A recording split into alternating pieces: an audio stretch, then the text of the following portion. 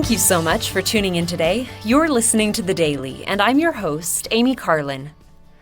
I recently had the chance to watch a video on MormonChannel.org that I really enjoyed. It's part of a new series called His Grace. In it, a girl named Heather shares her story about living with depression. Watching the video and knowing that I have people close to me who struggle with depression, I decided to look up some information about depression online. I learned some interesting things. For example, did you know that around 450 million people worldwide live with mental illness today? According to the National Institute of Mental Health, about 16 million adults in the U.S. experienced depression in 2016. What really got me, though, was learning that around 37% of adults suffering from depression choose not to seek any treatment. That's a pretty big deal when you think about it. Heather's story in this series is really a story of hope for anyone who's going through anything like this. She had a really difficult time with it, and sometimes she couldn't even get out of bed or shower. She didn't want to seek any treatment. She instead prayed and wanted the atonement of Jesus Christ to heal her through her faith.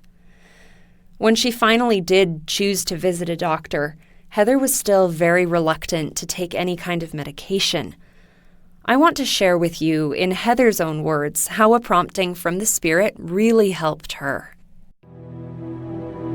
Eventually, I went to the doctor and she kind of got my story and she said, there's all sorts of things, medications that we can try. And I said, I don't want that.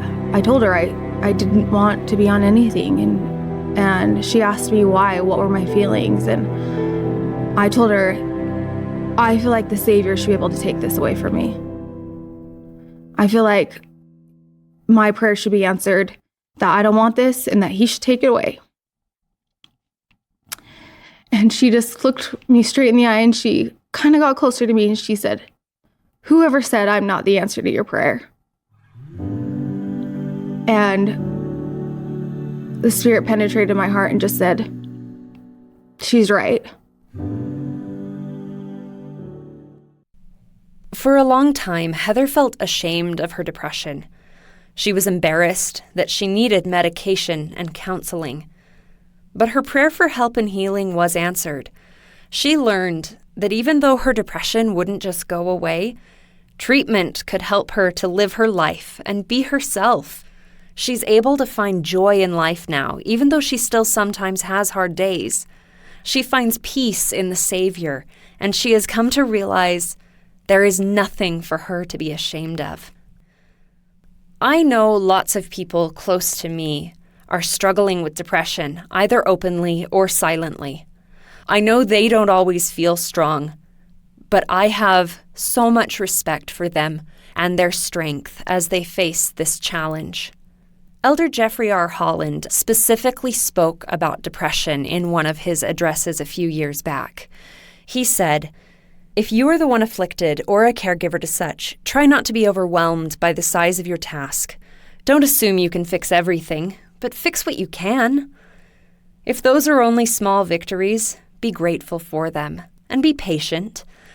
Also, let us remember that through any illness or difficult challenge, there is still much in life to be hopeful about and grateful for. We are infinitely more than our limitations or our afflictions." You can read the rest of his message, Like a Broken Vessel, on LDS.org.